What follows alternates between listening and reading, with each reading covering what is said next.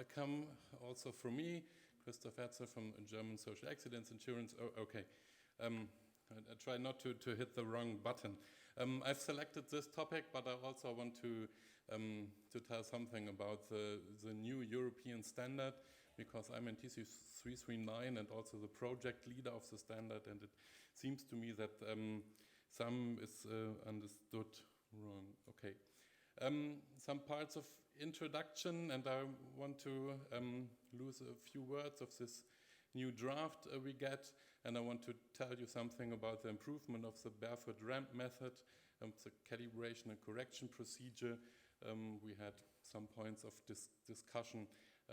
That's part of my presentation.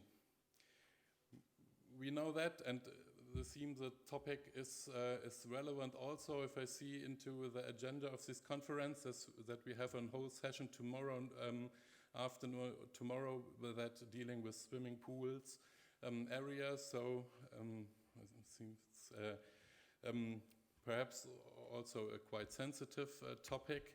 But we have these slipping hazards in swimming pool areas. All over Europe, all over the world, we know that's the topic. And if we want to predict the slip accidents, we can do it about the slip resistance properties of the floorings.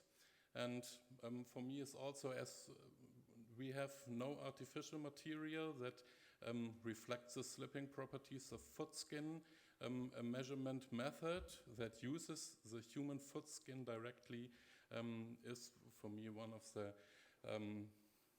best method we can use for this case, because we predict the real world performance directly, and that means we have a high valid test. But of course, such a test needs a correction procedure, because foot skin from one people is not the same as foot skin from other people. Some words to the standard, and I took on the critic that the TC 339 was not able to select one method.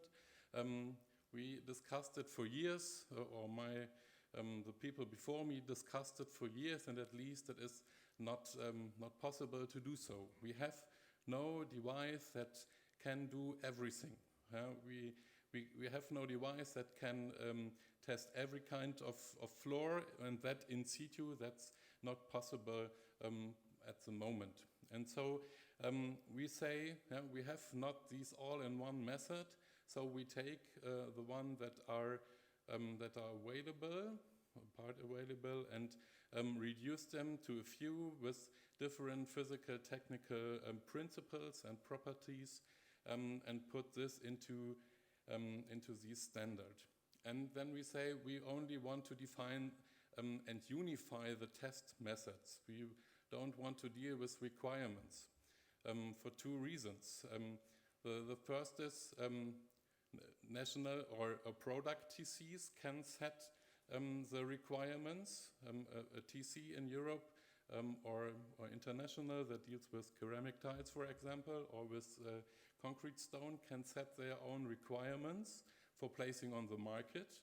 And we have another part, especially in Europe, that's a part, and another part of the law, it's occupational health and safety. And if you put a floor into a workplace, and nearly every public building is also a workplace, there the nation defines its requirements. And it's allowed that it can define its requirements higher than it's reckoned in a standard or in a specification. So at least, and for the manufacturer, I think we have a good standard on the way, that we unify the test method. For a manufacturer, he only needs one standard or a few methods that he can use, and then he can sell his products all over Europe. A test lab don't have to choose, and has only one standard to use, and only one accreditation. And also nations can say, okay, we want to have this annex of the standard with this requirements for this workplace. So some more words I wanted not to spend at all. To the main topic of my presentation, the barefoot ramp test. It was based on a German standard, but I show here in the table the improvement we got. And it's also not correct that the new DIN standard was published last year. We've published only a draft. The still valid DIN standard for barefoot ramp test is from 1992. And because we are now working on European level and decided with, and many of them are also here and decided it with, that we go with this test method, we developed it, and we wanted not a classification as we have in Germany, ABC. We want to have an angle as result, because the classification can set by the nations. And then we started in 2012 that we adopt the shot calibration and correction method to the barefoot ramp test method, but we also see that does not work so well, so we rejected the draft also in Germany.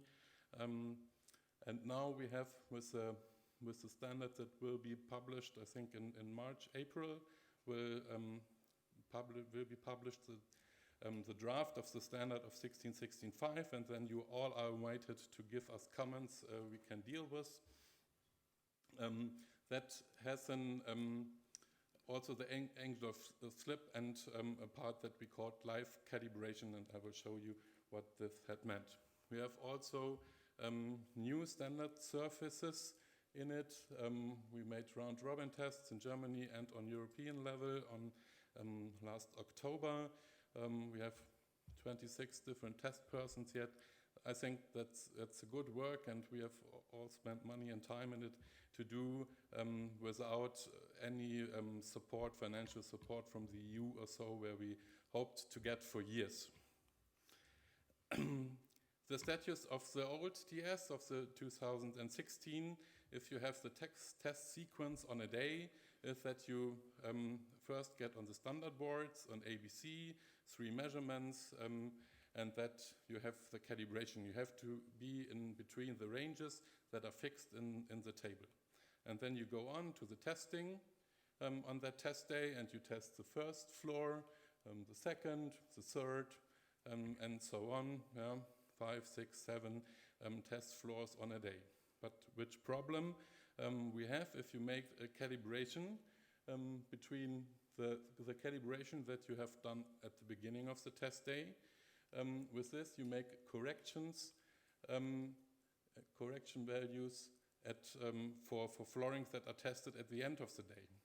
And we all know that if you go to swimming pool areas, the